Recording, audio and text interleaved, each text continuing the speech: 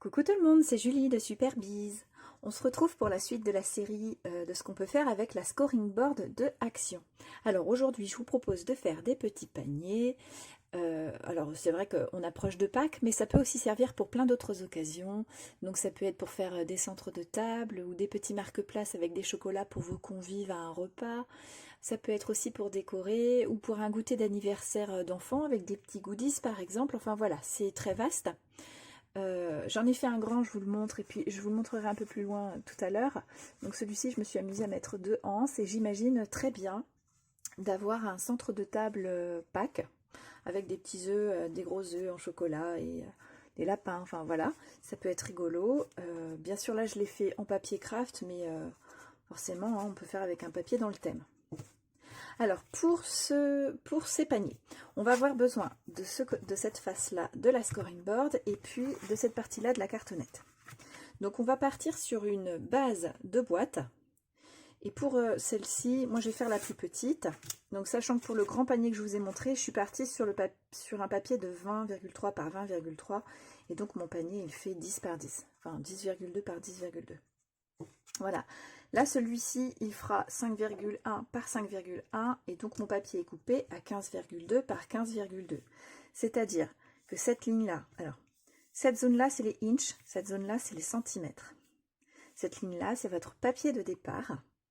Et ça, ce sera le résultat de votre taille de boîte, enfin de boîte ou de panier.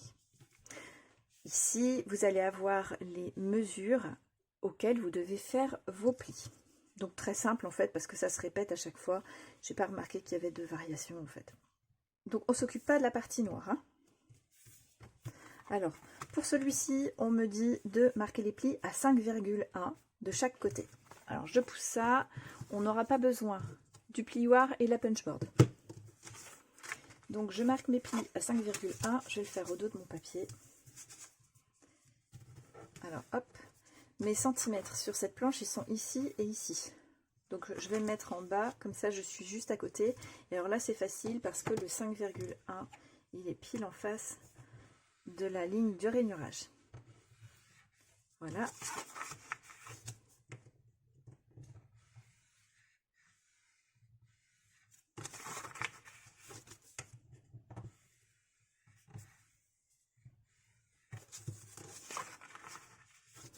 Donc on tourne dans le sens qu'on veut et à chaque fois on marque le pli à la même distance.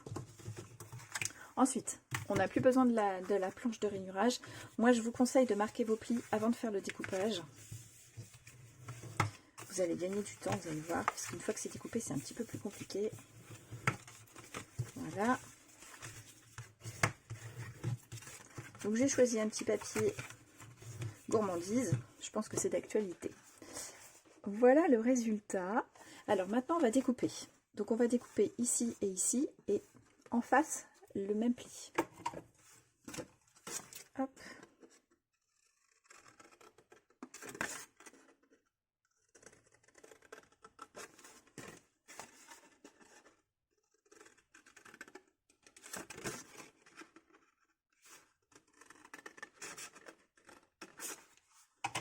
Voilà.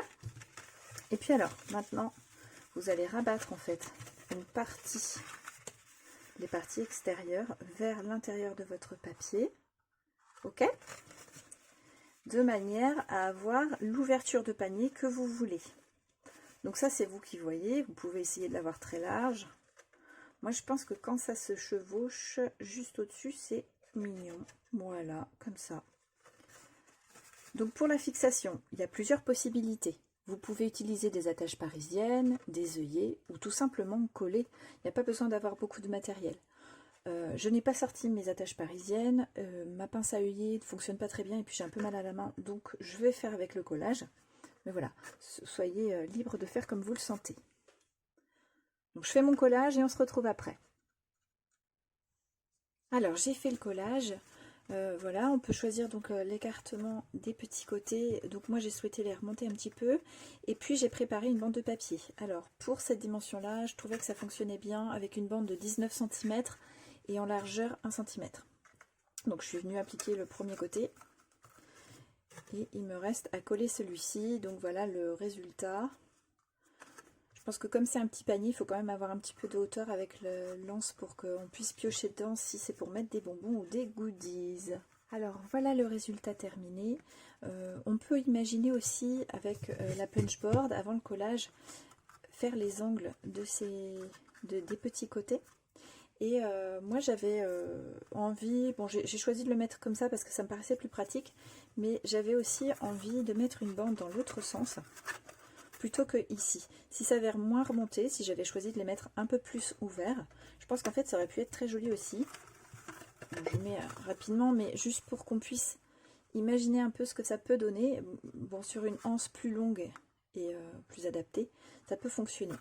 Alors pour les anses, moi j'ai utilisé le papier assorti, mais on peut aussi très bien partir sur du ruban rigide. Hein. Vous voyez, avec les petits morceaux de fil de fer. Bon là, ceux que j'ai là, ils sont pas du tout coordonnés, mais voilà, il y a un petit peu de rigidité et donc ça tiendra si je le mets. Voilà. Si je le mettais là à la place du papier, on peut aussi coller un ruban sur une bande de papier pour que ça tienne. Alors voilà, on peut faire de plein de façons. Donc je vous montre les deux. Donc, comme vous pouvez voir, on peut imaginer pas mal de choses, comme je disais, centre de table, des petits contenants pour des goodies ou pour des marque-places avec des petits chocolats. Ça peut vraiment être rigolo. Voilà, j'espère vous avoir donné des idées, un petit peu d'inspiration. Et je vous dis à très bientôt, je vous embrasse. Bye bye.